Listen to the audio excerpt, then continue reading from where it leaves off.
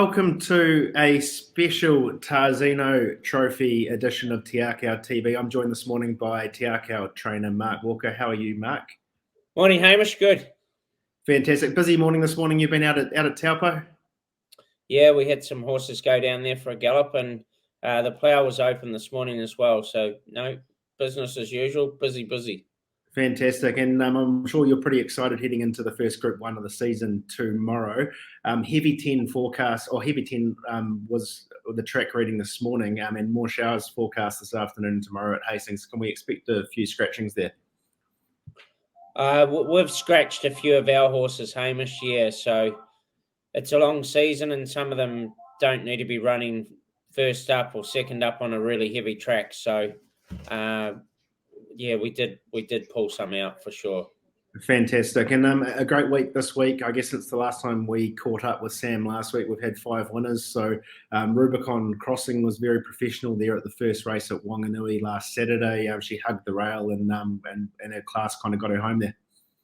Yeah. Inside draws in 2-year-old races always help. I thought Rhetorical's run was just as good, but one had a good draw and one didn't. So look for Rhetorical to be hard to beat on the 1st of October at Riccarton.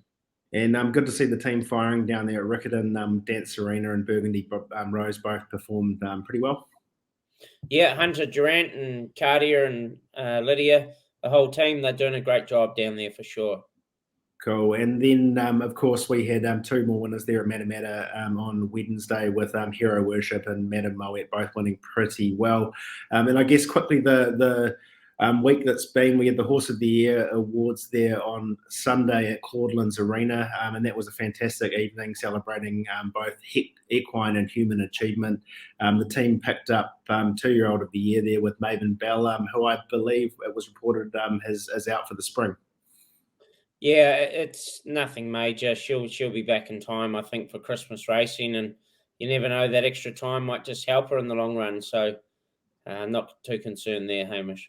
Absolutely. And the other award winners were the 3-year-old of the year and Imperatriz, New Zealand Bloodstock Filly of the year. The joint honours went to Ballon Rouge and Self Obsession. Of course, the New Zealand Horse of the Year was Probabile, and the Trainer of the Year, Jamie Richards, who was there for the most part of last season. And I guess 2 pretty special awards, the Apprentice Jockey of the Year, Joe Cameroon, and Stablehand of the Year, Nicole Shaler. Can you comment on both of those achievements quickly? Yeah, well, first of all, it was great for Jamie to head off and still achieve what he achieved last year. And he probably left 4 months with the season to go and was still able to beat the Cambridge Stephen Marsh. So that was good. And then Joe's just gone from strength to strength. And even this season, I think you'll see him finish probably in the top 3 in the senior premiership. That's how well he's riding. And, of course, Nicole, she's just been there for us through thick and thin.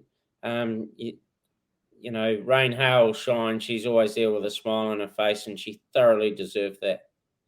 Absolutely. That was fantastic to see both of those awards won to people that are put in a huge effort for the wider team there at Te Akau.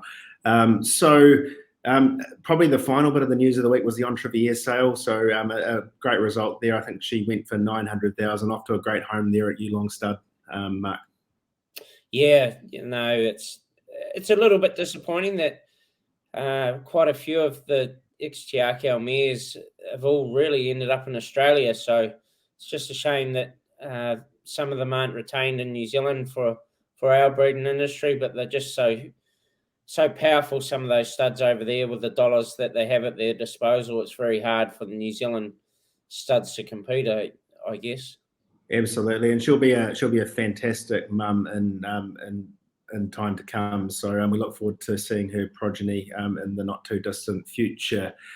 So quickly this week we're going to have runners there at Hastings, as we've mentioned, Ruakaka, and there's a couple lining up at Waverley. So we'll kick off at the Hawke's Bay, over which first runners in race 5, the listed Al Rocker Sir Colin Meads Trophy. We kick off there with last season's Karaka Million winner Dynastic, John Barry and 9 with Opie Bosson on board.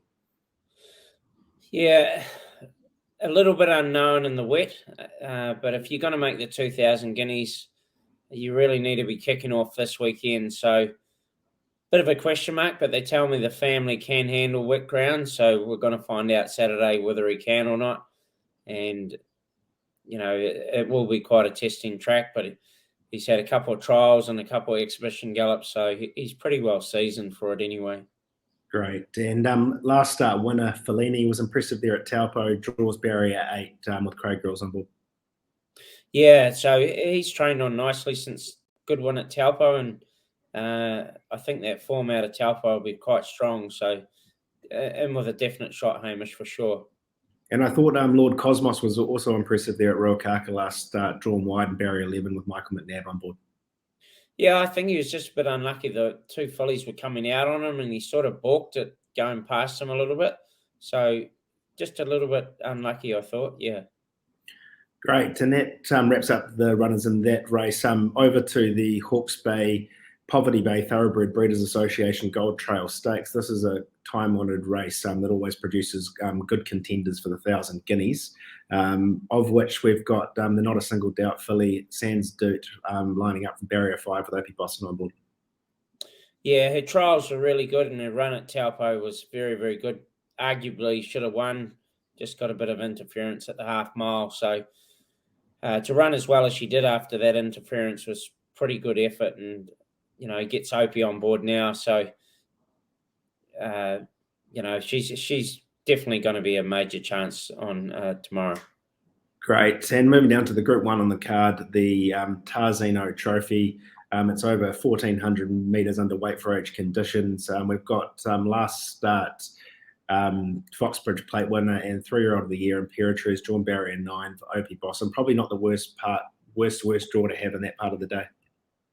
I think it's probably an advantage by then, Hamish. They'll be definitely down that outside strip, you'd think. So, no, I think that's a positive, not a negative. And Opie's pretty bullish about her chances. And obviously, we've got great respect for La Creek, but, we've got a couple of runs under our belt. So we've got that race fitness side, which hopefully becomes an advantage.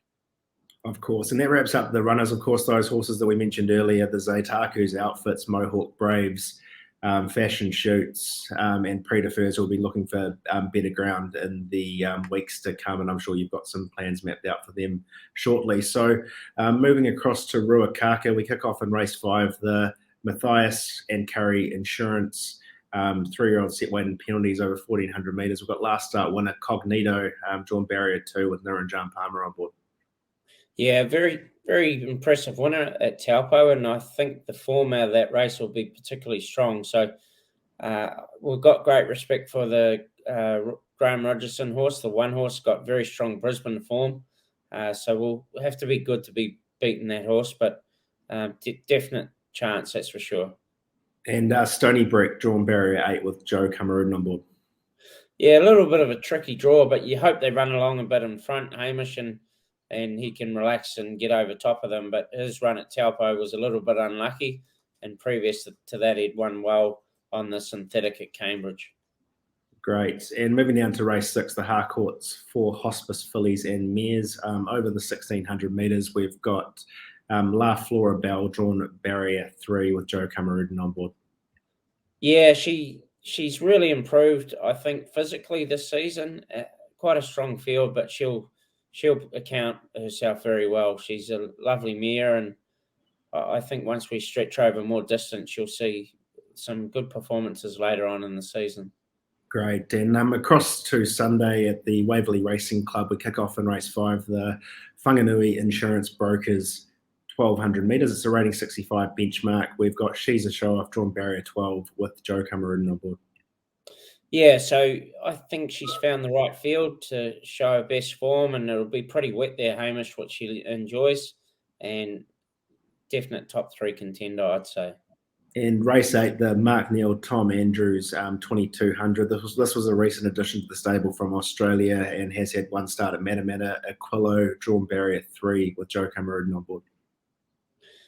Yeah, he was disappointing at Cambridge on the synthetic, and we need to improve a bit but his form in Australia was all over ground. So we get to 2200 on Sunday. So you'd like to see something, or he might be looking at a set of hurdles in front of him at the next start that he has. Good as gold. Well, that wraps up the runners for the weekend. We're running hot at the moment with 2 from 2. Sam got one up for us last weekend in Dan Serena. You got a best bet for us? Well, it's hard to go past Imperatrice. So, yeah, I think she's our best chance. Good as gold. Well, there you go. There's the best bet for the weekend, Imperatrice. We'll catch you all again next week. Have a good week, Mark, and good luck with the runners tomorrow. Thanks, Hamish.